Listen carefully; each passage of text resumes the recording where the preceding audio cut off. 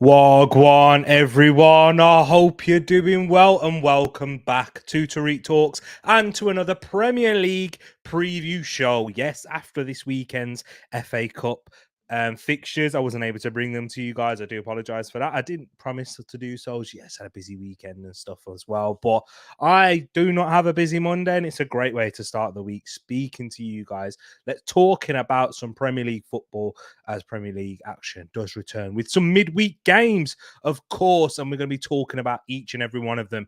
Liverpool versus Chelsea, that one's the headline fixture, the one that you see on the thumbnail, the one you see in the title, and plenty more. Nottingham Forest versus Arsenal, Manchester City against Burnley. There's another crunching tie between Newcastle and Aston Villa.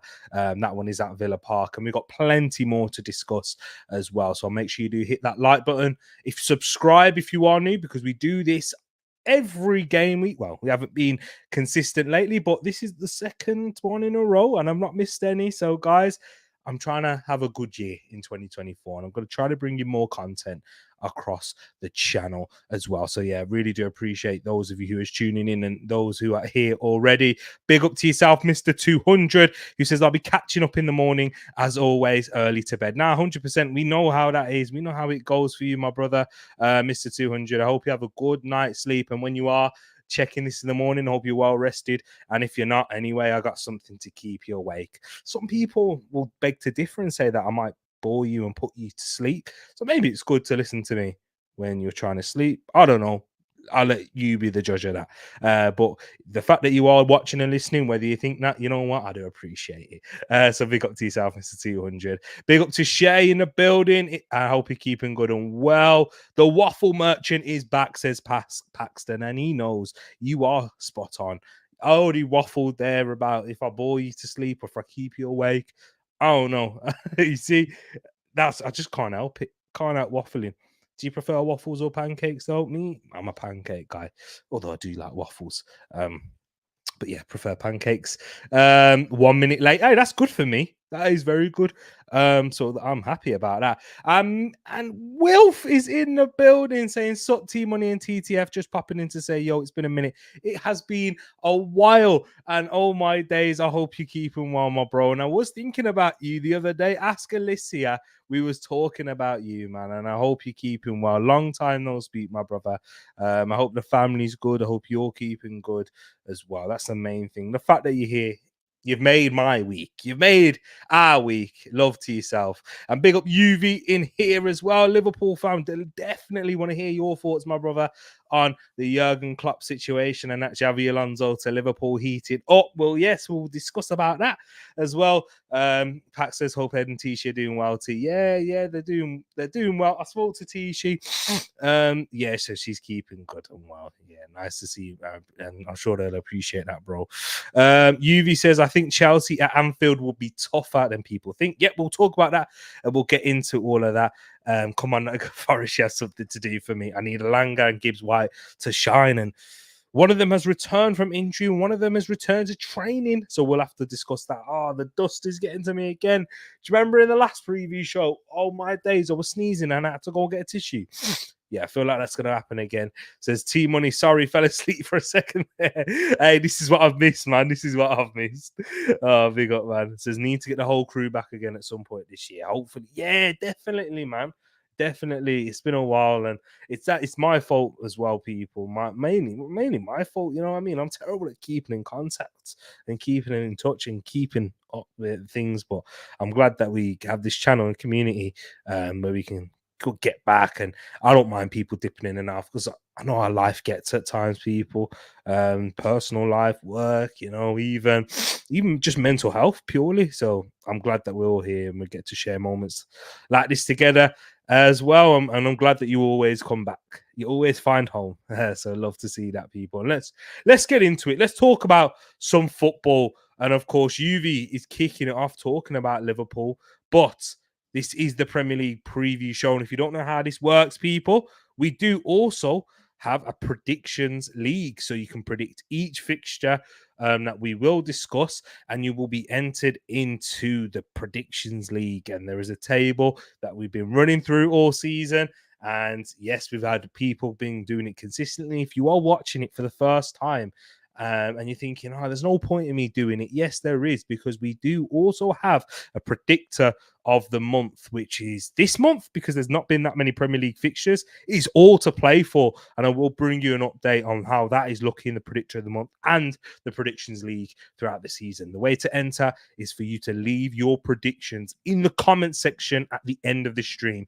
You can put them in whilst we're discussing, but they will not be locked in, submitted. You will need to just write them down if you're on a pen and paper so you can remember, or if you're using another device, you can type it in on your notes app or your notepad, copy it from there, and then just post them in the comments. Pax is very good at doing that. So yeah, big up to yourself, Pax, who always tends, 9 times out of 10 gets his predictions in first. Even when he's not been able to have time to watch the stream live, he always manages to get his predictions in first. And how the point system works is 3 points for correct score. So Liverpool, Chelsea, Liverpool win 2-0. You've predicted a Liverpool 2-0 win, you will get 3 points. If Liverpool win 2-0 and you predicted 1-0 Liverpool or 2-1, then yeah, you will get 1 point for the correct result. If Liverpool win 2-0 and you predict a draw, or Chelsea win, you will get nil point, 0 points. Hope that's clear. If you do need any clarification on that, don't be afraid to ask. Don't be afraid to drop anything in the comments, and I'll be able to support that. And if you've got any fresh ideas to make the predictions league even more incentivized, hey, let me know, because this is not just my channel, my ideas, this is your ideas.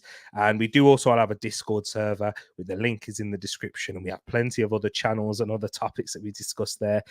Pax has hit me up and he's given me some good ideas, and you know what, Pax always tends to give me good ideas from my Discord server. So if there is any updates that you see in there, it's usually thanks to Pax, who's done some research, and then I have to either have a look at how to implement it myself, or ask other people. So yeah, I'm trying to work on that. So big up to everyone in the building. We've got Manji's just come in the building here too. Big up to yourself, my bro. And listen to Shay. I'm going to ask you one more time before we start. Remember to hit the like button if you haven't done so already. Big up, Shay. And let's go into it. Let's talk about Liverpool at home to Chelsea. This one was easily the headline fixture anyway, going into this this game week, but it was made even by the announcement of Jurgen Klopp, of him leaving at the end of the season. And this is the first Premier League game that Liverpool are going to play since that announcement.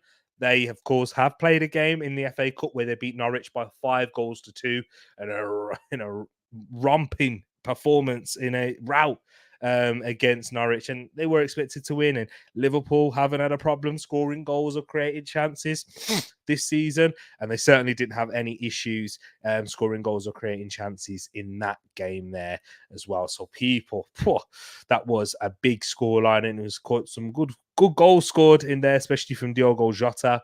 But Chelsea also played in the FA Cup, and they drew to Aston Villa. They will have to play a replay, but these are two teams that are going to face each other in the Carabao Cup final too. But yeah, just before I talk about team news and things, Jurgen Klopp I know there's been a lot of talk about him already and people eulogizing about him, and rightly so. He's been a fantastic manager. And if it wasn't for him, this Premier League would have been a lot more one-sided. And yes, they've only won one Premier League title, but there wouldn't have been any other title races, that we've seen between them and Man City, running them close, etc. If it weren't for Jurgen Klopp at the helm, Liverpool wouldn't be anywhere near that, and we would have just had a Bundesliga type league with Bayern Munich always winning the league there, apart from this season. But Bayer Leverkusen, who are kind of like the Arsenal, maybe, well, they're going to be able to sustain it. Who knows? But that's another topic. But Liverpool were able to sustain many challenges. Yes, they had their dips,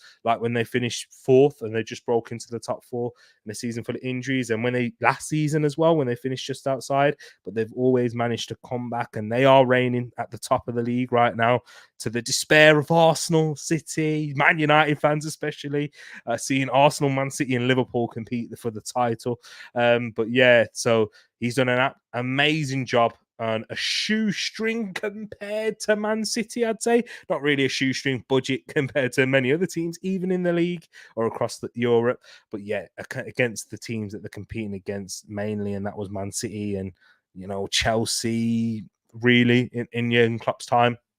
But he's managed to keep up with them and even overperform and win every single trophy that's been there to offer. And if he wins the Europa League, then he's literally won it all they can in Liverpool. So that's massive for them. So yeah, just in terms of team news for Liverpool, no Joe Matip, of course. No Stefan Bajcetic. This game's still too soon for him. The same goes for Thiago Alcantara. They will not have Mohamed Salah either, who is knocked out of the AFCON, and he won't be fit for this game because that hamstring injury he's still struggling with. We're not quite sure if he's going to be fit and available for the weekend yet, of course, but he's ruled out currently. But unless he made a surprise return, which you can never doubt that with Mohamed Salah, the way he looks after himself and how he recovers from injury, and he doesn't really sustain many, that's not out of the realms of possibility. But he's not going to be available for this one. And the same goes for Kostas Tsimikas and Wataru Endo, who's out representing Japan in the Asia Cup as well. So for Chelsea, in terms of their injury news, what we have is they've always had an extensive injury list. So no Fofana, Reece James, Marco Corella, no Romeo Lavia. Well, no Romeo Lavia. Nkunku could be fit for this, I'm hearing. He could be. Might not see him start. He struggled with injury ever since he's come back from his knee injury, and that tends to happen when you have a long layoff. Marlo Gusto could be available. He's a doubt. We need to wait to hear from Mauricio Pochettino tomorrow. More on that. And the same goes for Robert Sanchez and Levi Colwill. But we definitely know there'll be no Leslie Ugochukwu, no Trevor Chalobah, and no Nicholas Jackson. So will they persist with Armando Broja up front, or will they go for Cole Palmer in that false nine? And we know what Chelsea's problem has been this season is scoring goals. He's putting their chances into the back of the net. They have been able to create quite a few chances, enough chances for them to really be, for what you expect from a team of their level or expectations this season in trying to qualify for the Champions League. They do create plenty of chances, but they've just not been able to put them into the back of the net. That's been their issue, and they are looking at John Duran still, who is currently out injured with Aston Villa, but as a second choice striker, young striker that they're trying to gamble on. They're not going to go for Karim Benzema. David Ornstein reported today. So yeah, but I think it looks like all their eggs are in the Victor Osimhen basket, which all the noises that are coming out of Victor Osimhen's camp and from the word of the mouth of Victor Osimhen seems like he could be moving to Chelsea, and that is probably the destination, most likely destination for him. But for this game here, I think it's going to be an interesting one. It's going to be a difficult game for Liverpool, who are at home, and they are immense. They've only lost one game all season, and that was in that fixture, that controversial game against Tottenham Hotspur. Maybe there has been other games which you'd say that they've deserved to drop points in, or definitely you could say at the very least, and maybe even lose. But they've been able to show that mentality that Jurgen Klopp's instilled in this side with a lot of experience. They've got an Alisson, Van Dijk, Trent, Mohamed Salah within their core. and they've been able to rebuild in that midfield, sustain their level, and even grab games by the scruff of the neck and win them. So even if Liverpool don't perform at their best, they always have that threat of scoring goals, and if they stick in there, they can always grab a result. So Liverpool at home, they'll be reinvigorated, they'll be emotional like the crowd tends to be. First home game under the lights, atmosphere at Anfield is good in their midweek fixtures under the lights. Not so great on the early or 3 o'clock kickoffs. At Anfield, but yeah, in these types of fixtures, Chelsea come to town. They've got a bit of the rivalry that date back really from the late, just before, in the mid 2000s, I'd say, where the Champions League, Luis Garcia, Jose Mourinho, all that business. We all know about that, people. So yeah, I think it'll be an interesting game, but I do think Liverpool will come away winners. I've gone for a 3-1 Liverpool win. I just think their attack's going to be too much for Chelsea to deal with, who are an inexperienced side going to Anfield. Yes, they have the quality to upset Liverpool and to cause Liverpool a lot of trouble in the game. I know 3-1 sounds more comfortable than how I've described it, but I think it'll be more like a close game, 1-2-0, 1 goal difference, and then as Chelsea are trying to press for that equaliser late on, Liverpool will be able to spring a counter attack, having the players like Trent Alexander-Arnold returning, Dominic Szoboszlai, who made an appearance on the weekend. Their passing ability, their ball striking will be able to just pick up on the likes of Diaz, Nunez, Gakpo, and Jota, probably the most underrated forward, actually one of the most underrated players in the world, not just forwards, because it's just a shame with injuries with him why he's not able to see him on a consistent basis. But Liverpool 3, Chelsea 1, that is what I have gone for right there. Will I be right? Will I be wrong? You will have to wait and see. But let me see what you guys and girls are saying about this game, and your scoreline in the chat as well. So what have we got here? Big up Moss in the building. Live ball. There is FA Cup action. Blackburn versus Wrexham, and Senegal are beating Ivory Coast 1-0. So thank you for the updates on that, Moss. As much as I hate Liverpool, always liked Klopp from his Dortmund days, and the players should be 100% up for finishing the season strong for him. Yeah, it kind of feels like that, Pax. It does feel ominous that Liverpool will end the season strong. An emotional club, have an emotional attachment to Jurgen Klopp, who is an emotional manager, hence why he's leaving. And he's talked about running out of energy, and that's because the emotion that he runs off of to keep Liverpool at that high level and to keep him as a high level manager, it's taken its toll on him, physically and mentally probably, but let's hope that it's no real illness. It's just that he feels tired and he feels like he's running out, kind of like how he did towards the end of those Dortmund days, but he's able to sense that and make that move. But yeah, Klopp, I would have taken him when he left Dortmund. I think that would have been a perfect time for Arsene Wenger to move on after that FA Cup victory and say, you know what, that's it. Let me move on now, or move upstairs, or whatever you wanted to do. Not move upstairs in the sense of you know how some people put that across, because like no. I hope he's keeping well and good. But yeah, Klopp, Man United before that Liverpool move, yeah, he would have been perfect for you guys as well. But yeah, he found that perfect match with Liverpool, and they worked a lot of magic together. But you've also gone with a Liverpool win. You've said Liverpool 2, Chelsea 1. You counting league cups? No, we're not counting any other domestic competition when it comes to the predictions league, Moss. So it's just Premier League focused. I might have to implement something next season. I could do something for the Champions League knockouts too. So yeah, maybe I might think about that. Shay says 2-1 Chelsea. I would take that. I would love that as an Arsenal fan. And Chelsea winning, I know, but more to do with our title race.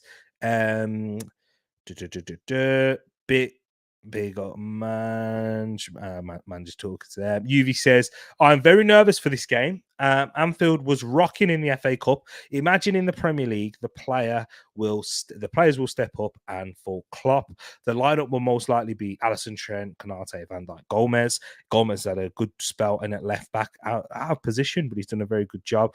McAllister, Jones, Szoboszlai, that's your best midfield by a mile, I think, from what we've seen this season. Nunes, Jota, Diaz, and that's your best front line without Mohamed Salah.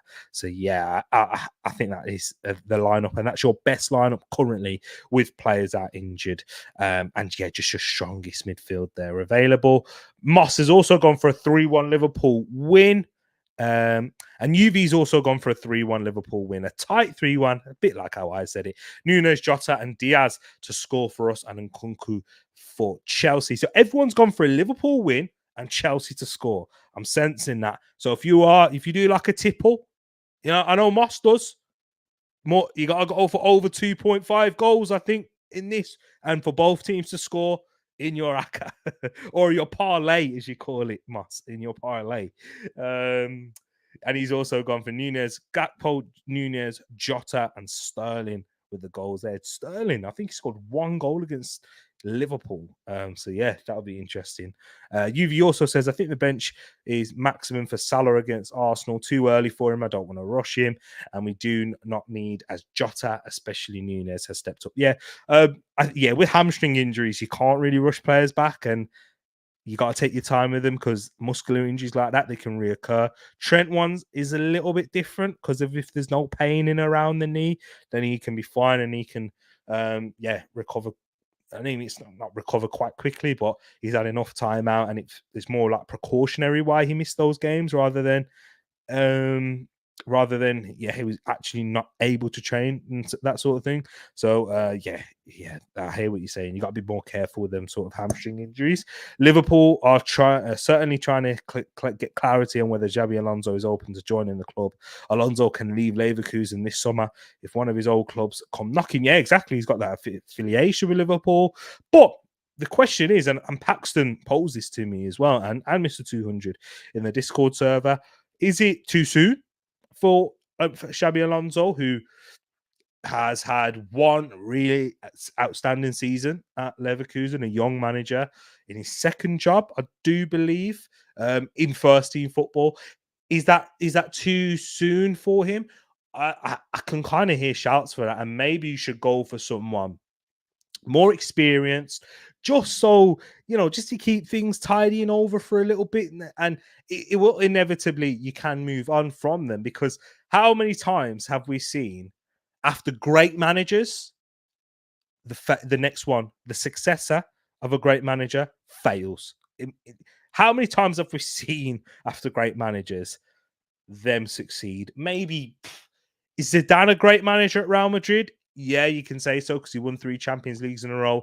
Then Carlo Ancelotti came in, but Carlo Ancelotti is someone who has worked at Real Madrid, already knows the club, and he was one of the best managers ever, again, that they've had to get in for that. So yeah, I think maybe I can hear shouts for going for someone else first. Thomas Tuchel could be available in the summer.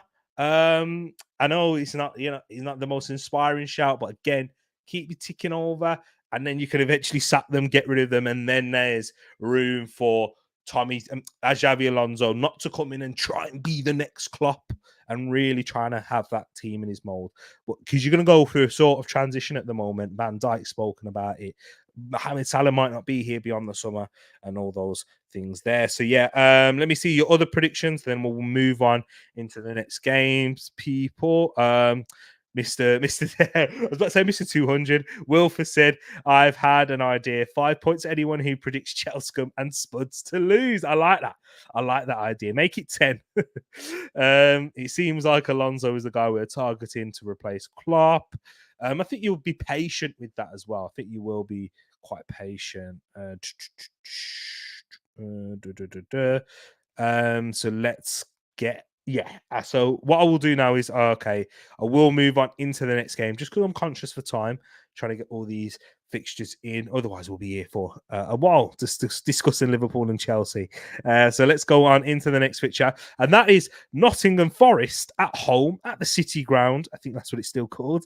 At the City Ground, hosting my team, Arsenal Football Club. And it's been 10 days since Arsenal last played. And of course, Arsenal beat Crystal Palace, but we didn't play in the FA Cup because Liverpool knocked us out in that game there where we couldn't finish our dinner. But we certainly could finish our dinner in that Crystal Palace game where I did a watch along. I know Moss did a watch along as well. So yeah, this game I won't be doing a watch along for because I've got to get ready for work the next day. And I'll be watching the game. I'll be watching it with my sister most likely, unless she's not feeling too great. But yeah, I'm sorting out a quiz, guys, for work tomorrow. Not for tomorrow, but for Wednesday. So yeah, I've got to do some things for that there. So for some preparation. But I will be watching a game. And it should be an interesting game because Arsenal don't win at the City Ground. Our last 3 fixtures at the City Ground have been in the Premier League and in the FA Cups, and we've lost all 3 of our last 3 games at the City Ground. And yeah, also have a good record against Nottingham Forest at the Emirates, but when we seem to travel up to Nottingham out there in the East Midlands, familiar territory for Packs out there. But yeah, man, yeah, we don't have a good record. And this game comes on, this is our game before the Liverpool game, which is why a lot of fans have one eye on. We got to hope the players certainly don't. Otherwise, it can make for if we lose this game, it could break our season. And there'd be way too much pressure going into that Liverpool game to win at the moment. And it feels like Arsenal already kind of need to win that game, especially if Liverpool and Arsenal win in the midweek. But Arsenal could survive with a draw against Liverpool on Sunday. And there's still more games that we can make up. Still plenty to go in the season. But psychologically, if Arsenal were to lose this game and then not beat Liverpool, that kind of feels like it's that, just on the psychological factor.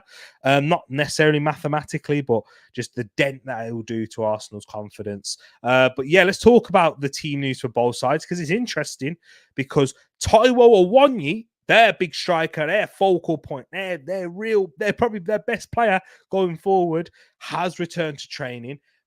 So has Anthony Elanga and Felipe, the Brazilian centre-back who used to play for Atletico Madrid, have all returned to training, but Nuno Espirito Santo said he has to make a late decision on who or whether they'll be involved in the game tomorrow night. 7:30, the first game to kick off out of these midweek fixtures that are all on TNT Sports. If you're watching here in the UK, every single game is on TNT Sports.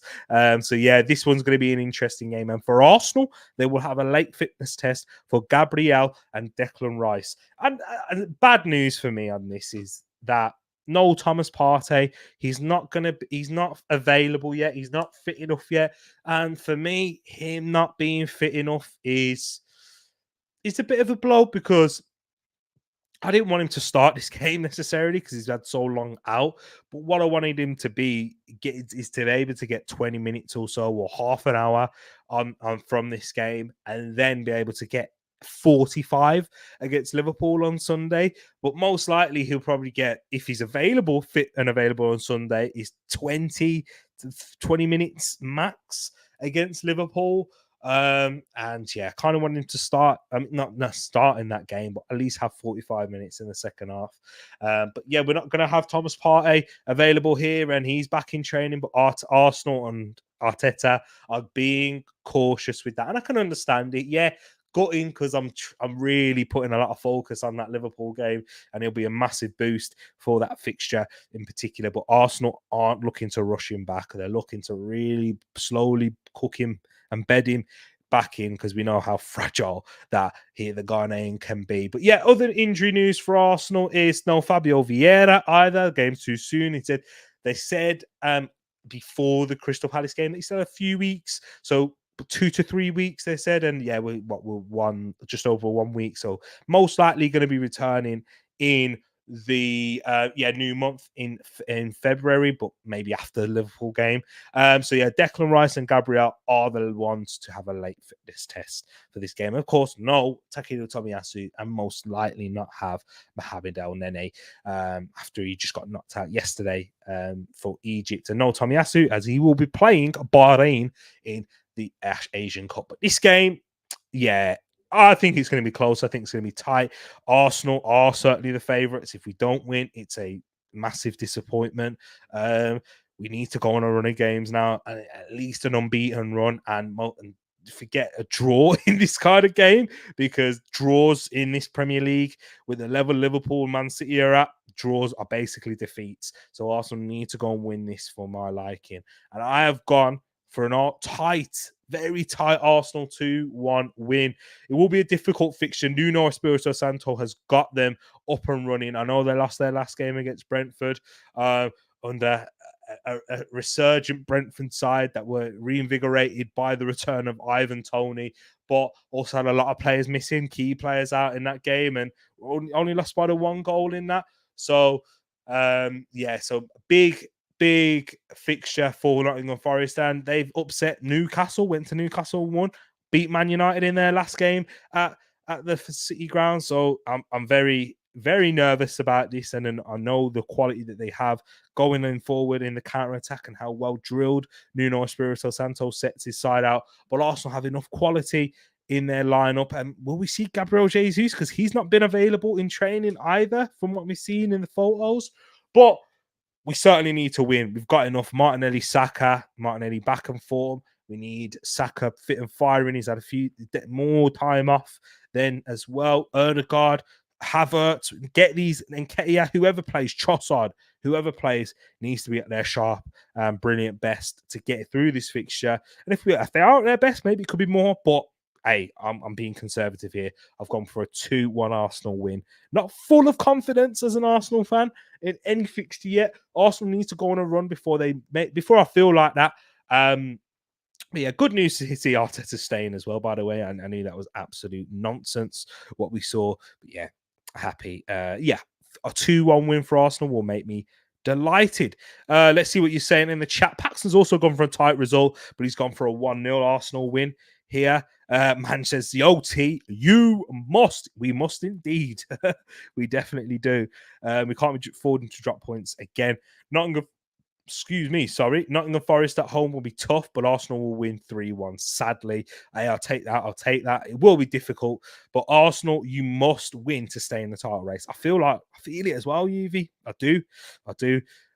We've got to face each other on Sunday, my friend, so that'll be a pivotal game in the title race, and a big, not necessarily in terms of mathematics now, but the psychological factor that teams could gain or lose in that one there. During the office day tomorrow, but maybe he might be doing a watch long, people. So 2-1 to the Arsenal. If Awoniyi plays, then he scores. If not, Gibbs White, who I rate very highly, one of the best players for sure, Gibbs White. And Saka and Martinelli with the goals are wide men scoring. Yeah, Martinelli needs to go on a goal scoring run now, I feel. Shea's gone for 4-0 to the Arsenal. Saka, Martinelli, Rice, and Jesus, Norwegian baller to Brentford. Better than going to Spuds, I guess. Yeah, we'll talk about that when we go to the Brentford game. Norwegian Neymar, they call him, but I don't like Neymar. Arsenal need to move on from Partey. He's just not available enough. Elite sides are ruthless. Pax, I think, yeah, you are right. We are, and I do think that Arsenal will move on from Partey in the summer. There was rumours that was going to move on from him in the summer just gone, but Arsenal's finances, with the profit and sustainability rules, Arsenal had to move him on for a certain price that would have made it viable for us to get our replacement in then. But now we've we're just going to get rid of him much lower price than we were looking for in the summer. Probably half of that, I'd say. Probably 20 million Arsenal will take for Thomas Partey in the summer. And in the summer, he'll have 1 year left on his contract. So, yeah, his price will be a lot easier to pay for, but he's got 200k on the wage bill, so it's going to be difficult to shift that off and find suitors who are going to be able to pay that or anywhere near that to keep Partey happy. But yeah, Arsenal linked with Zubimendi, loads of players in that sort of defensive midfield position. But yeah, I do agree with you, Pax. You got to be ruthless when you're competing against for the title, because you can't afford to have injury-prone players that you rely on. And yeah, we rely on him. And Shay agrees with you too. And Yuvi says, I think Gibbs White is underrated and deserves a better club. Hey, Nottingham Forest will ask for a lot of cash because they spent 35 to 40 million on him last summer. So yeah, it's not going to be cheap. But let's move on now into the next game, and we've got Manchester City at home to Burnley. Pep Guardiola up against his former captain in Vincent Kompany. But yeah, this seems like a foregone conclusion already. There's the champions at home to struggling Burnley, who are bottom of the league, I do think. Am I right in saying that they're bottom of the league, guys? Yeah, no, they're second from bottom. They're just 19th, one place, 2 points ahead of Sheffield United.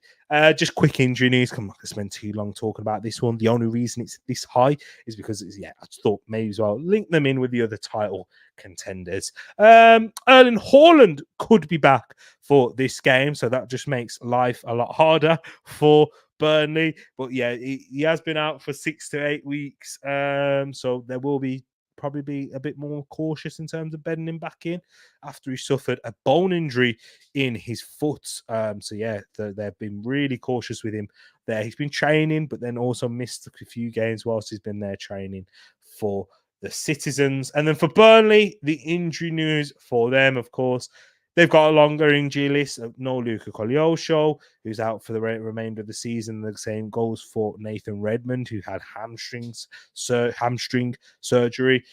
Charlie Taylor is out from this game, as well as Jordan Bayer. And players that could return from their illnesses is Sander Berge, Aaron Ramsey, and Hales Delcroix. But that's not going to make much of a difference because I predicted a Burnley 0, Manchester City 4 at the Etihad.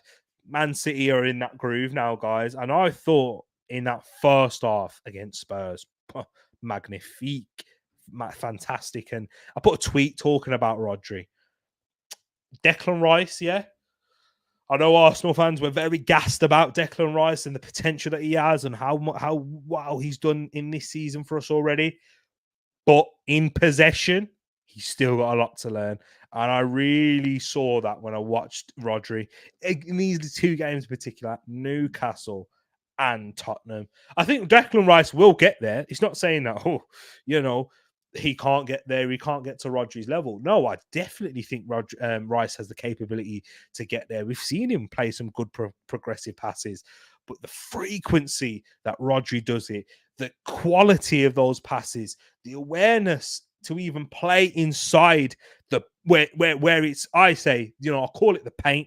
We know, those of you who watch basketball, or I don't even know what the zone's called in NFL, because I know that's quite a hot topic now. The Super Bowl's happening, but where it gets really congested, and when you are in the paint, you need your athletes, you need your technical players, you need your players who are most secure in those areas. And Rodri is that. In that paint, he can play, pick it out, straight forward, and he's excellent in there. Declan Rice can get to that, but Rodri didn't get to that overnight, by the way, people. He wasn't that Rodri that we see now in his first season at Manchester City, or his first 2 seasons, shall I say, but he's become that ever since. And yeah, Rodri is unbelievable. Scores quite a few goals. I know Declan Rice does too, and we'll see more goals from Declan Rice. Again, I think Declan Rice can get there. That's how much belief I do have in him, but he's going to have to watch a few more clips of Rodri in terms of how he does it. The spaces he picks up, a half turn, how he receives in certain tight areas, and just knows exactly where his teammates are without even looking, because his awareness is ridiculous. So yeah, so man, just saying Basmati isn't at Rodri's levels. Not yet. Can get there. Just because he can get there doesn't mean he will. But yeah, he's not there yet for me. Rodri's still number 1 in that position. But yeah, I've gone for a 4-0 Manchester City win. Moss has gone for a 3-0 Man City win against Burnley. Alvarez, KDB, and Foden with the goals. Liverpool and City games are formalities. It does feel like that, man. It does indeed. That's what I want Arsenal to do. I want Arsenal's games to become formalities. Not yet. They don't feel like that yet. There was a few games that felt with Liverpool and Man City that, they could drop points here. But nah, because they continue winning, they go on these winning runs, it does feel like that. It does indeed.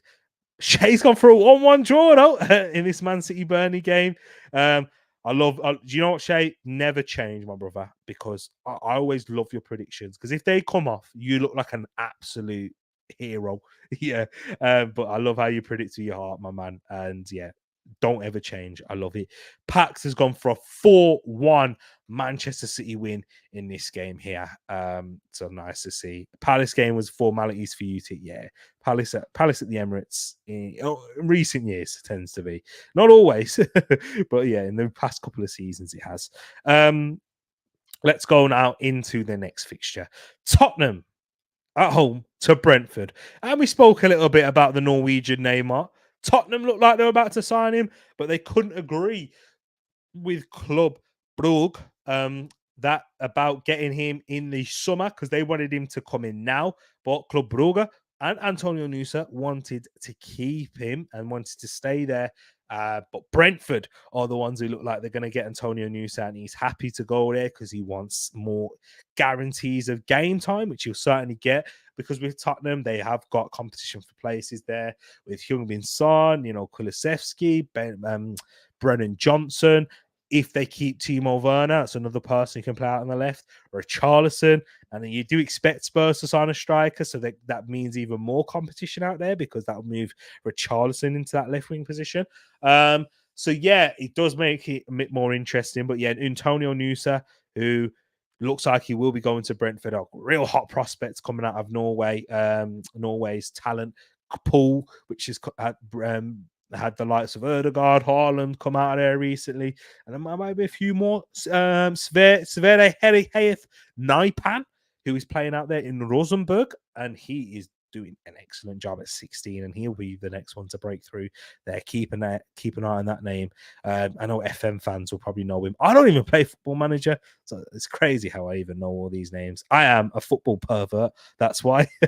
But yeah, let me get a prediction off. So yeah, Tottenham at home to Brentford, and it will be an interesting game for Spurs. It will be difficult because they are coming up against a Brentford side that have come off the back of that win against Nottingham Forest. Had a little bit of rest. Ivan Toney got his first minutes in there. He scored. Excellent man of the match performance. You know my thoughts on Ivan Toney already, ladies and gents, and how much I'd want Arsenal to sign him. And if Chelsea do get Aston, then yeah, Arsenal have to go and get Toney for me in the summer. So yeah, and I want Toney over Osimhen anyway. But their injury list, Brentford, the Bees, is quite extensive, missing key players like Henry, who's out for the season, Brian Mbeumo, who's not going to return yet, and most likely will return in March. So we're still going to be without him for a few more weeks. No Aaron Hickey for this game, who most likely return in February. So he's not far from return. But this game comes too soon for him, and the same goes for Kevin Schade. No Sergio Reguilon because he can't face his parent club.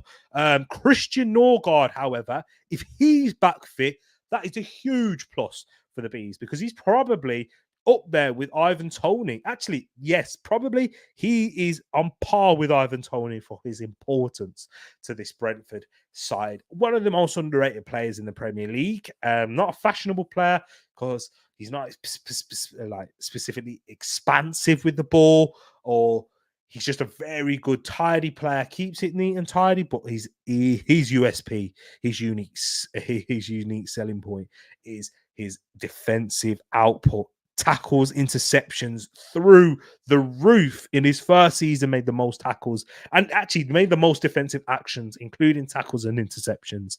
So yeah, outstanding midfielder. But he should, if he returns, it's a big plus. But it will be without Johan Vissa, Frank Onyeka, and Saman Ghoddos, who are competing in the African Cup of Nations and Asian Cup, respectively. For Spurs, good news for them. James Maddison returned in that 1-0 defeat against Man City, but they're going to be happy to have him returning. They've got a lot of their key players back, apart from Heung-min Son and Yves Basuma and Pape Matar Sarr, who are out there in their AFCON and Asian Cup. And yeah, apart from that, no Lo Celso, no Manos Solomon or Alejo Velith. And those players really that I've just mentioned, the last three, are just squad players. So they've got a lot of their key talent back, got a lot of their star players, still without a few, let's say a few, because Pape Matar Sarr has been brilliant for them this season. But is that going to be enough for them to get the win? I do believe so. I've gone for a 2-1 Spurs win in this game here. I just think Spurs will. At home, they have built a good fortress under Ange at home, apart from that Chelsea game, which they lost 4-1 in 9 men. But Brentford will give them a good run. Thomas Frank, they're just lacking that little bit of quality. You'd need an Mbuemo. You'd need an Aaron Hickey and a Rico Henry in this game to grab something. And then they could, and then I'd feel a lot more confident that they could grab at least a draw, but this one's going to be too tough for them. But I still think they're going to make it a difficult game because I do rate Thomas Frank.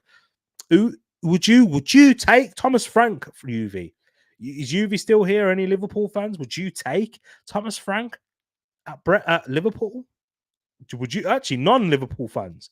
Do you think Thomas Frank at Liverpool would be a good move for him for the Danish manager? Let me know. Let me know your thoughts. Let's have a look. Spurs 3, Brentford 2. Ivan, you know the rest. Pax always has to predict that Ivan Toney goal, and now he's back and he's amongst the goals. I know you're going to do that. We're massive Ivan Toney fans, Pax. Brentford 4-0, Ivan Toney hat-trick. I love it again. Yeah, classic Shay. I do love that. Indeed. Club Brugge developed. Yep, sold Tejan Buchanan to Inter Milan, and now Nusa to Brentford. Yeah, good crop of talent they've had there recently. Got good factory. Man says, yo, got a goal. We'll watch the stream later. Make sure you pick Wolves to win for guaranteed points. Hey, you'll see this when you watch this later, man. But big up to yourself in terms of what I predicted. Now, love for you for popping by, but nice seeing here as well, bro. Spurs 1, Brentford 1, says Moss Boss. Oscar Bob at City. Yeah, forgot about Oscar Bob. Yes, well remembered. Jensen and Mbuemo are important, and Jensen's there and available, and he's massive for them. And Mbuemo's huge for Ivan Toney. They've got a great partnership there. That big man, little man combo that we don't really see many nowadays, do we, Moss? But they're bringing it back. 4-4-2. I know they don't really play a 4-4-2 in these games. They play a 5-3-2. Thomas Frank spoke about that on a Monday Night Football once.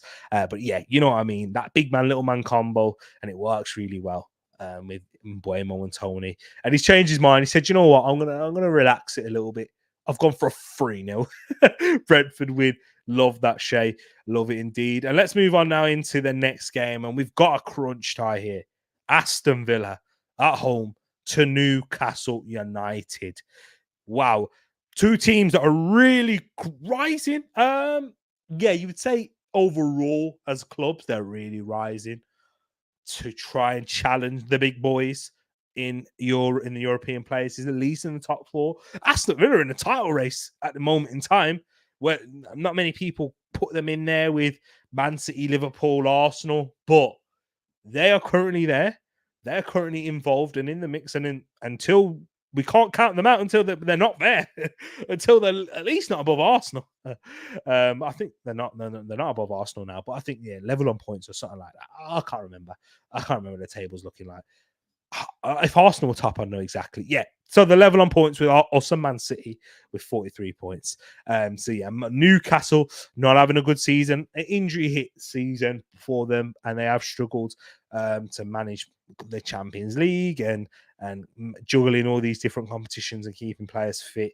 And they are in 10th with 29 points, 2 points behind Chelsea and 3 points behind Manchester United. But you would not discount Newcastle United to going away to one of the big grounds and grabbing a result. Let me bring you the injury news for both teams. So a plus for Aston Villa is that, I was about to say Aaron, his twin brother, actually. I think he's his twin. I know they're brothers. He plays for Burnley and the old Arsenal man in Aaron Ramsey. But no, Jacob Ramsey has returned to training for Villa, so that's a big plus for them, but he won't be available for this game, however. Whereas for Newcastle, what we know about them is that their injury list hasn't eased as much. So no Joe Linton, no Pope, no Matty Targett against his former team, no Joe Willock, no Elliot Anderson, no Harvey Barnes, no Callum Wilson for this game. However, Miguel Almiron, who has been linked with a move away to Saudi Arabia, Al Shabab, he should return from an illness. He did have a virus. Jamal Lascelles could return for this game. He's a doubt. However, Kieran Trippier has been passed fit for this fixture after he suffered with a tight groin, but he'll be available for this one too. And yes, another Newcastle player has been linked with moves away, but he's going to be here and available and here to stay at least for the remainder of the season in Kieran Trippier. And Jacob Murphy, who has been suffering with his shoulder ever since he dislocated it, but he should be available for this game here. So yeah, he will be fit for this game. And in terms of prediction, I've gone with the goal fest. I have gone for an Aston Villa win. I just find it really hard to see past Aston Villa at this moment in time, who have had a little bit of a dip in form, I would say. They drew against Everton. They've gone 2 games without a goal. So for me, going for a goal fest is quite big. But I don't know. It's difficult, guys. I could see this fixture going either way. Newcastle winning, draw, Villa win. I'm interested to see your predictions, guys, but I've gone for a 3-2 Aston Villa win. The home factor, Villa Park, faithful will be there cheering them on, and I think that will get them over the line in this game here. But your predictions are they're gonna be interesting. And I've just had a quick glance at them, guys. Villa 2, Newcastle 2. So you've already gone for something different. Shay has gone for something different. He's gone for the reverse of my prediction. He's gone for 3-2 Newcastle. And however, we might say all the other predictions are a bit hopeful. Shay, I think this one is very realistic and that could happen. Villa FFP charges. News is out here. Ooh, let's have a look at this. I did see a glance, actually. Where do I have a look at this? Who tweeted this out? Was it David Ornstein who tweeted it out? And Brentford's proposed signing of Antonio Nusa from Brugge has thrown into doubt by complications in the deal. Agreements reached but not finalised, plus taking a backward step could open door to other clubs. No transfer this window. Wow. So yeah, interesting. And the Aston Villa news. Have you got that, Pax? Well, potential charges in time. Villa. Careful with all that money that they've been spending recently. That is about the WSL. They've had an ineligible player playing the Conti Cup. Okay. Interesting. Pax, you have to bring me some news on that. I tried to look on Twitter in particular. I couldn't find anything on it. But yeah, let me know what it says. Potential charges for Aston Villa. That could derail their progression, trying to make it into the Champions League for future seasons. Unless they make it into the Champions League here. But as we've seen with Newcastle, that doesn't necessarily mean that you'll escape profit and sustainability issues in the future. Moss has gone for 2-0 Aston Villa. Emery, Watkins, and Emery with the manager. Watkins and Diaby with the goals. Please, no Diaby goal, please, Moss. You've been quite good in predictions of late. I hope you're wrong. You don't want to see me wear a Spurs shirt. I don't want to see me wear a Spurs shirt. So I hope no Diaby goal for me. Unless Havertz scores a brace, then I don't mind. Newcastle wanting to sell to buy, but Villa FFP Paxo, yeah, it could be. This is right. The FFP profit and sustainability, man, is killing teams at the moment. It really is. And now, speaking about one team in the West Midlands, we're going to speak about another, and then my current local team. Yeah, they weren't the local team that I grew up though, because they played. Wolverhampton Wanderers played the local team where I grew up and where I watched a lot of my football, and where I watched and played football. No, I didn't play for them, but I played football in and around the area and played in with West Bromwich Albion Dome. But that was a Black Country derby and a half. And those of you who watched it, I mean, the game weren't that great, but Wolves edged it, and you saw they had the difference in quality in the end. West Brom never really looked like scoring. They got into some good positions, but their finishing was so dreadful. They never looked like scoring at all. But Wolves always pose that threat on the counter. And yeah, they have always posed that threat ever since they've moved back in the Premier League with players like Neto and Mateus Cunha. But yeah, man, hey, that was a mad derby. And that's why the Black Country derby, ladies and gents, is serious. Like, it ain't no disrespect. It's not Liverpool Everton. It ain't Liverpool, Everton, your friends, family. Nah, you saw what happens when you got friends and family mixing in different parts. It don't end well. Yeah, don't want to see them scenes, but boy, you can't be. I'm sorry if you can't be moving like how I saw on social media how Wolves fans sitting in the hospitality section in West Brom part of the stadium are moving and not expect to get into any trouble. Ridiculous. But anyways, Wolverhampton Wanderers off the back of that win are facing Manchester United, who also won in the FA Cup yesterday, but had a bit of a scare against Newport. And yeah, with their first 11, their first team having a bit of a scare, yeah, it's a problem. Yeah, yeah. United not with a convincing performance there at all, but they will take some. Then we will take some positives out of that, and especially with the Rashford situation, that's not a positive. Of course, we'll have to wait and see how that develops for Man United. But the positives they'll take is the return of Casemiro and the return of Lautaro. They wish Lisandro Martinez to the starting lineup in there too.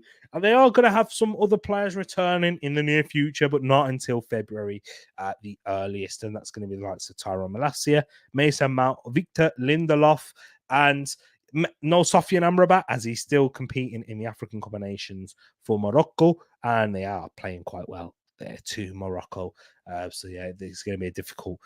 You probably won't see him either for the remainder until the competition's over. I don't believe, and no Anthony Martial, who's going to be out for 10 weeks.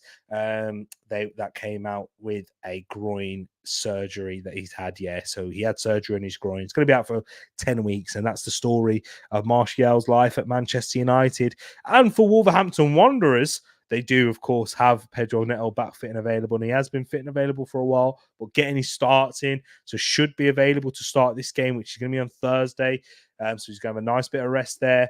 João Gomez is not available for this one. He's serving the last game. This is the last match of his 3-match suspension that he's going to be serving. Pablo Sarabia could be available for this game. So it's 50-50 whether he'll be there. No, Huang, was he not picked for Korea? So he shouldn't be available, should he?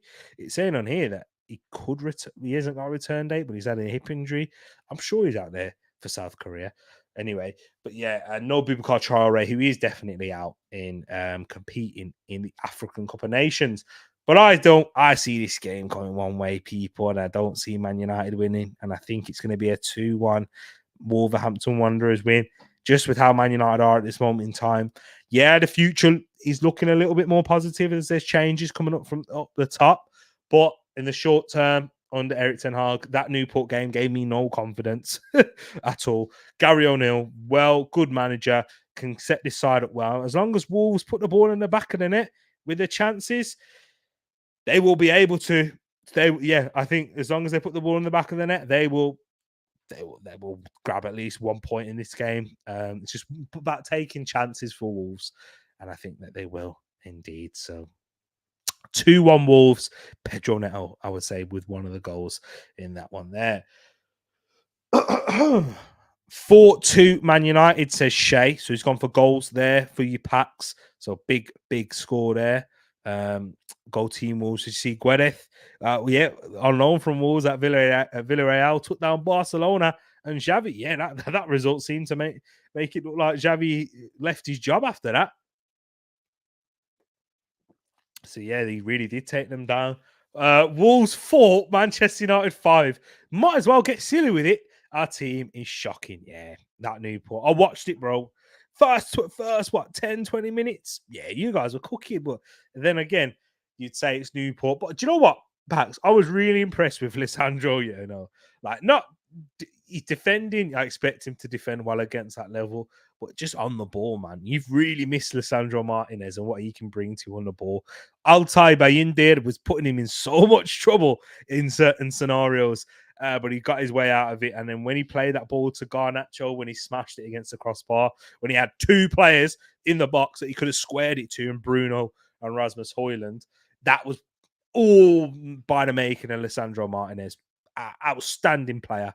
And yeah, You've got a player on your hands there, man. I wish he did come to the Arsenal because he would have been perfect in that left back spot. I mean, I'm happy with Zinny, but we know Zinny's flaws. Yeah, we know what he can bring to us too. I think maybe he wouldn't be as good as Zinny on the ball, but he'd be much better defensively in that left back area than Zinchenko. So yeah, man. Wish we did have Alessandro, but you've got him there.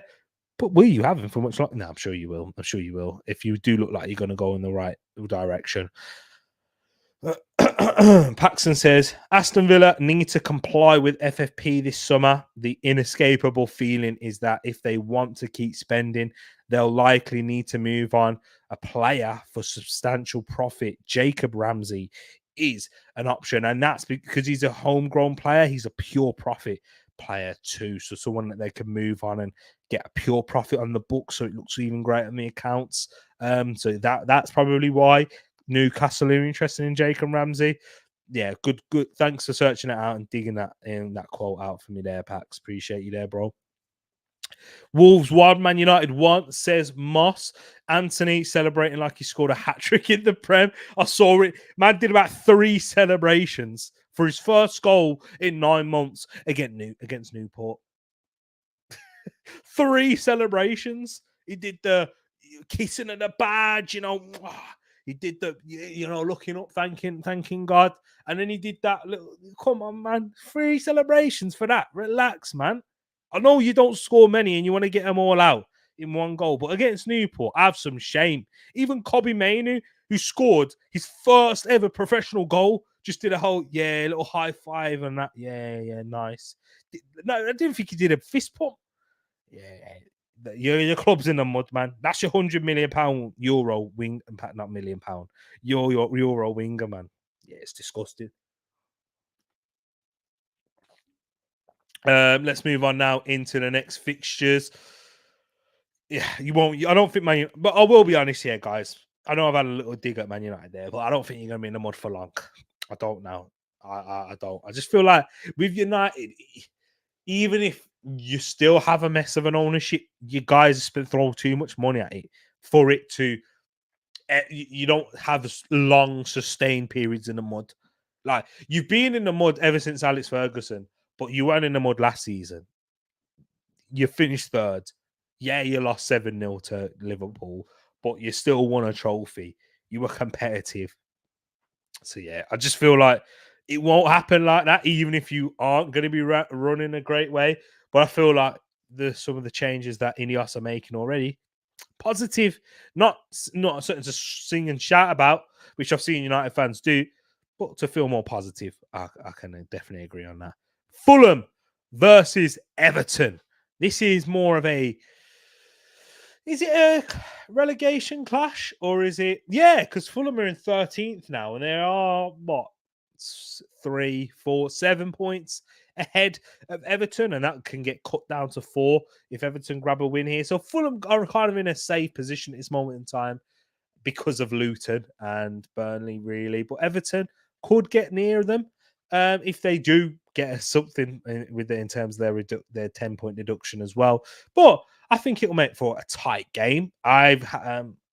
In terms of injury news, Harry Wilson is from the last game who suffered an injury. He's going to be out for 2 to 3 weeks. Says Marco Silva. And for Everton, there's no other real injury news. As no Abdullah Doucouré, as he's still out for as well.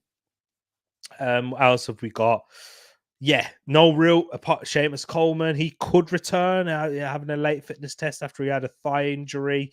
Ashley Young as well also could be available. So, and I think they need one of them to have that right back position in there. But apart from that, no Dele Alli, no Idrissa Gana, no Andre Gomez. But I've gone for a tight 1-1 draw in this fixture here. Fulham and Everton. Marco Silva against his former employers, in fact, and up against Sean Dyche is Everton. I've gone for a 1-1 draw. Pax has gone for a 0-0. Moss has gone for a 1-0 Fulham. And Shay's gone for a 2-2 draw. So Moss is the only one who's gone for a winner in this game. And he's chosen Fulham to be the winner in this game here. Now we've got West Ham United versus Bournemouth. 2 teams that are playing really well this season, who are high-flying Bournemouth, after their slow start, they are still in 12th, though. They're only 1 point ahead of Fulham, and they lost their last 2 games against Tottenham and Liverpool, respectively. Liverpool, there was a hammering in the end, but there's no shame in losing to Tottenham and Liverpool in the form that these two teams have been in. But West Ham United are sitting in 6th, and in their last 5 games are undefeated.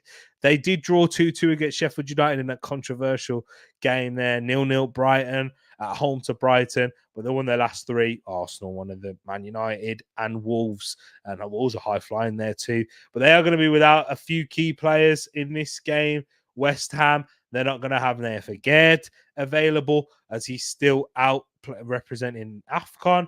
It doesn't look like they're going to have Edson Alvarez available for this game either, but he will be assessed for that game. And the same goes for Michail Antonio, Vladimir Sufal, Said Ben Rama after his red card, and Lucas Paqueta. However, in good news for West Ham, not for his nation, Mohamed Kudus has returned from AFCON. So that's going to be a big plus, as they lost Paqueta, but they're going to have Mohamed Kudus back, who has been an outstanding signing for the Hammers this season. Bournemouth, however, in terms of their injury front, because they've had an extensive injury list throughout all season. They've been one of the teams like a Newcastle, like a Chelsea, who have had lots of injuries this season. So no Tyler Adams, no Hamid Traore, no Adam Smith, no Ryan Fredericks, no Dango Utara, who's still representing Burkina Faso in the African combinations, no Max Aarons, no James Hill, who picked up an injury for them too, who's deputising at left back, and no Darren Randolph. However, I still think they can pick up a result in this one, and I've gone for West Ham 2, Bournemouth 2. So both teams high flying this season. West Ham all the way in 6th position, 5 points behind Tottenham. There is a bit of a gap between them in 6th and then Tottenham in 5th. But 3 points ahead of Manchester United and Brighton. Hey, they will be looking to try and grab a home win here and hope that Tottenham drop points. But if they can grab a win, they might be able to extend themselves between a bit of a gap for the short term, at least between them and Man United and Chelsea, given their difficulty of the fixtures coming up this week. We'll have to wait and see on that, guys. But a 2-2 draw, that won't be quite good enough for the Hammers, but it'll be a decent result for Bournemouth, you'd say. Paxton's gone for a 3-1 West Ham win. Shea has also gone for a 2-1 West Ham win. The disrespect West Ham's have for Moyes is crazy. I can't lie. Yeah, I know, man. Pax, big up, man. That's a great shout, because West Ham, what do they kind of want? They're in 6th position, and they're signing good players. They're champions of Europe in one of the competitions. It's a bit shameful how they do that, but it is what it is. Let them have their fun. But give Moisey a break when he goes through a bit of a down spell. You know what I mean? He's got you into this position, into being a European team on a regular basis in the Europa League. Don't look like they're going to win it, because Liverpool are in there as well, favourites and everything. But mad. Definitely disrespected him. Certain fans. And I've seen it from plenty of them, bro. As soon as there's a bit of a downturn, Pax, the whole club seem to be like, we need to move on from Moyes. Eventually you do need to. Maybe this should be his last season, and then you can go for a more progressive manager. But respect, man. Respect. Jose Mourinho. Hey, respect. Saying Man U disrespected Moisey too. Moisey not good enough for Manchester United, but I hear you. There was a bit of disrespect for him, maybe because he came in straight after Fergie and he did stink up the gaff. But I think it was more that Man United were exposed under Moyes, because all of the secrets when the masking that Alex Ferguson done well, the troubles at that club were all there to be exposed.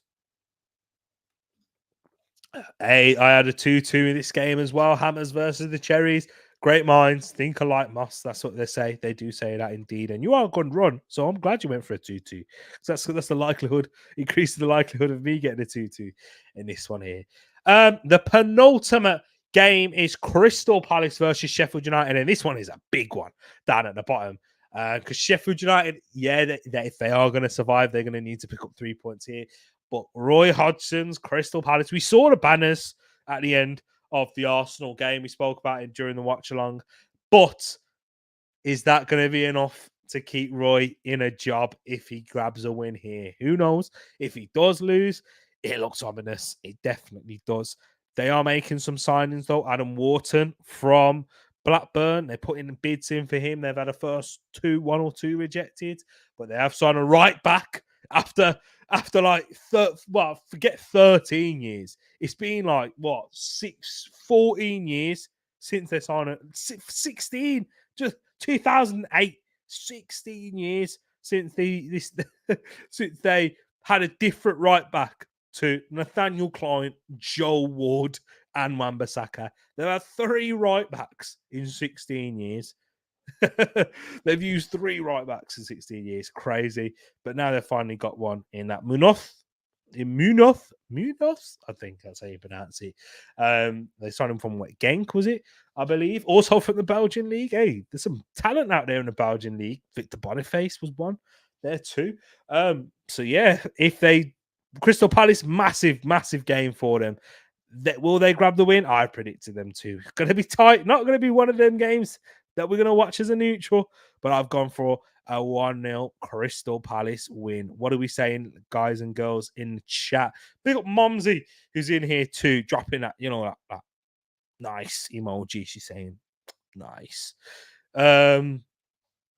It wasn't possible to do any January deals. We didn't have the capacity to improve the team in the way that we think that we want to improve. Is that what Arteta said? Annoying, but yeah, I hear it. What have we gone for in the scores here? Palace 1-1. Draw, says Shay. 2-1 Palace. Woy will scrape a win at the death. Too many W's there. Woy will scrape a win at the death. Palace 2-1 as well, says Moss. We have one of the thinnest squads in the league. That's for sure, says Arteta. I mean, I think, let's be honest, Pax. My issue, I love Mikel Arteta, Super Mick and that, but that's by design, mate. That is by design. Yeah. He likes versatile players because that covers more squad like space, and it's a bit like Pep Guardiola. Pep Guardiola has people. We made out that he had ridiculous squad depth. He did have ridiculous quality in that squad, but he still had about 16 to 17 players that he really used on a regular basis. And Arteta's kind of got that now, but a few of them are always injured. Thomas Partey, Takehiro Tomiyasu, their man there. And Takehiro Tomiyasu is probably one of the most versatile players. Losing Urian Timber, who was definitely going to be our most versatile player, playing at right back, centre back, left back, and then positions. It's been pretty unfortunate, but mate, it's a bit by design that you've made that for sure. So if you're going to have a thin squad, you need to have basically 16 to 17 Declan Rices who barely get injured, and if they do get injured, they miss one game. Do you know what I mean? So yeah. Are we going to have a big squad next summer? I doubt it. Pax, with the amount of sales that I expect that we're going to make, we're not going to like sell 4, sign 8. We're just not going to do that. If we sell 4, we'll sign 5 or 6, 6 at the most. If we sell 4 players, but I doubt we'll even sign 6. If we sell 4, we'll probably sign 4. So it ain't going to be like great in the numbers there, but yeah. Crystal Palace 1, Sheffield United 0. Thanks for that quote, though, Pax. I appreciate it. You got me going, bro. Pause. In the final game that we'll talk about now is Luton at home to Brighton and Hove Albion. Rob Edwards. The girl them are loving him on Twitter, though. I've been seeing it every time he has a press conference. I'm like, retweet, quoting, all types of madness. People want to know. Girls are wanting to watch Luton Town because of Rob Edwards. Crazy. But yeah, it will be a difficult fixture for Brighton, and I think it's two well managed, good coach teams. Luton in the Premier League, the fact that they're there, given their squad budget and their squad depth, is ridiculous, and some of the quality that they have.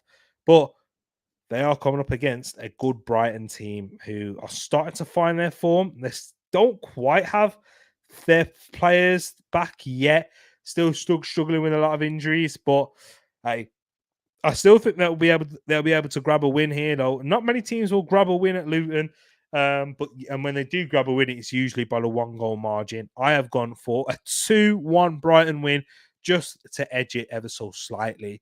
Shay has gone for a 1-0 Luton win, so he's gone for the home time. The Hatters to grab the victory there. And Paxton said, "You know what, T, shut your mouth. Yeah, they're going to smash him. Brighton, they're going to smash him." He's gone for a 4-1 Brighton win. Luton beat Everton, two teams that progressed in the FA Cup. Yeah, I know Brighton beat Sheffield United, but Luton beat Everton away at Everton again.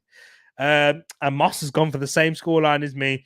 Brighton 2-1 with Buonanotte and Ferguson. Yeah, Evan Ferguson with the goals. Says Paxers need Brighton to do well because he got rid of Haaland to get rid of Haaland FPL to get KDB back. Oh, okay, I hear you. How many Brighton players you got in your FPL team? But guys, that does wrap up that section of the show. And here I am about to show you the updated league. This was the league table the last time we looked at it. And there has been a change, ladies and gents. There has been a change, not at the very top, but at the top. And Moss has overtaken myself. I did count your scores that you sent to me personally, Moss. And you also sent them into the chat. I know you sent them afterwards, but I saw that you sent them to me personally on time. I can vouch for that. I'm not here to... And, he's overtaken me, for goodness sakes. You know what I mean? So if I was cheating, I wouldn't have let you overtake me. But Moss is there now in second, 3 points ahead of me. He had a fantastic week, and I'll show you he's had a quite good month there too. But man, still sitting pretty at the top, 13 points clear. Is anyone going to close on that gap on Manj? He had a very good 2-3 months. Manj did 2-3 months, and he's smashed it. But Pax is also having a good month by the looks of it. He's closed the gap down to 10 points now in third, and then it's 9 points below Pax. Mr. 200 chasing him there too. And then we got a bit of a gap between Mr. 200 and Jacob, and then vice versa. But the top 5. Not really. I mean, there's 30, there's 35 points between Manj and Mr. 200. Hey, we've only just gone past the halfway mark of the season, guys. There's still plenty to go. But Moss, you're doing really well. Your correct scores, my brother. You missed a couple of weeks as well, I think. That's why you're not really closer to Manj, but you've smashed it with the correct scores. Me and Manj are the same correct scores with 19. You've got 23 there. Jacob had a very good start to the season, but he wasn't able to get a lot of his predictions in. So yeah, he's tailed off a little bit, but still not too far, I'd say. So before I show you the predictor of the month, how that's looking so far, as this is the last game week for the predictor of the month, and the winner of the predictor, whoever, if I'll let you know at the on Friday on that game week, on that Premier League preview show, who wins this month's or January's predictor of the month. Club statement on Marcus Rashford. Marcus has taken responsibility for his actions. This has been dealt with as an internal disciplinary matter, which is now closed. So it's dealt with. He'll probably get a fine. That's it now. And yeah, sorry. Is he going to get a suspension? I doubt it. So yeah, he'll be fine. Yeah, crazy. Yep, Shay, you are still 9th. Yes, you are there. And yeah, we'll have a look now into the predictor of the month. And that is currently Moss. Look how I said, guys, because it's not been many games, it is very tight in this predictor of the month challenge. Moss is 8 points, 1 correct score. Pax with 6 points and 1 correct score. and Mange with 5 and no correct scores. So Mange is who won the last 2 predictor of the months. Is it the last 2 in a row? Or did Mr. 200 sneak one in between? But I know he's won 2 of them. Mange has. Pax is also there, very close. Pax and Moss yet to win a predictor of the month. Moss was in the lead in December, but then he missed 1 week, one weekend, and that's what put him over. That's why Mange won December. But Pax is very close there. Pax has been having a good few months, though, to be fair. He's been in and around the top 3-4 predictors of the month. That's why he's climbing up the table and really getting there, chasing me down. So big up to yourself, Pax, Moss, and Mange. Your predictions are going to be massive. But don't forget, people, if you're watching this for the first week, you could still win this if you had a ridiculous week. If you was able to get, I don't know, 3-4 correct scores and then get other correct results, mate, you could do it. You could do it. So yeah, there you go, people. Yeah. Let's get into it. And didn't miss any, but T Talks went missing. I know I missed a few. I did miss a few in December. I was busy. It was a bad time. Missed a couple. Yeah, you did as well, Paxton, during that month there too. Hey, Mange still was able to get a few in. It's because I did community posts late and Mange was there proper. Mange was there submitting loads, man. Yeah, when it comes to predictions, yeah, Mange is serious. Mange beating me in the championship 1-2. This guy, yeah, he's serious about predictions. Mange loves them. But yes, people, get your predictions in to the comment section at the end of the stream, which I will wrap up now, ladies and gents. It has been an absolute pleasure. Thank you for joining me for the Premier League preview show. Liverpool taking on Chelsea. That's going to be an interesting game. I am thinking of doing a watch along for that one. I won't be doing a Nottingham Forest one because for the Arsenal game, just because of work commitments. But if you are interested in seeing a Liverpool Chelsea watch along, yeah, let me know. And let me know in the comments. Let me know in the Discord server. The links are in the description. If you haven't done so already, like this stream, like the video, if you're watching afterwards, get your predictions into the comments. I can't stress that enough because we got giveaways each month and year. And at the end of the season, we're going to have a big giveaway, like a big kind of celebration. Just say thank you for all the support that you guys have done, shown to the channel. I know I haven't been posting anywhere near as consistently as I was once upon a time. It feels like a long time ago now, but I do want to get back to those levels, people. And yeah, let's keep supporting the channel. We will be back and we will get the community growing, ladies and gents. I'm happy to be bringing this here. I love bringing you content. It always makes my evening. It makes my day whenever I do it. I love doing it and just love chatting to you guys. And it's a great way to socialize and mix. And yeah, it's a safer way, especially in the times that we live in now. But it's a safe way, and we're able to connect with people all across the world. You know, from Saskatoon to the East Midlands, to London. We've had to people from Scotland, all over the place. I know I've not said many exotic places there, but yeah, you know what I mean, people. So yeah, love to you all, my ladies and gents. Make sure you do get your predictions again. And thank you for watching it. Share, like, and subscribe. We're out. Peace. Actually, before I do, let me look at a few more comments as well. Superior Midlands, West. West. Tomorrow at the City Ground. Yep, remember, you put your predictions in the comments. Yes, Shay. Thank you, my man. Thank you. Need the weekly predictions. Man, exactly. Community note merchants, crazy. You're a legend. Now, love to you all, my people. Love Pax, love Shay, love Moss. Love to everyone who's tuned in. Mama G was in here earlier too, and everyone else that's locked in. But yeah, you guys are legends, and I do love you guys for the support that you continue to show. And guess what? Now we're finally out. The waffle merchant is leaving. Take care, guys. Peace.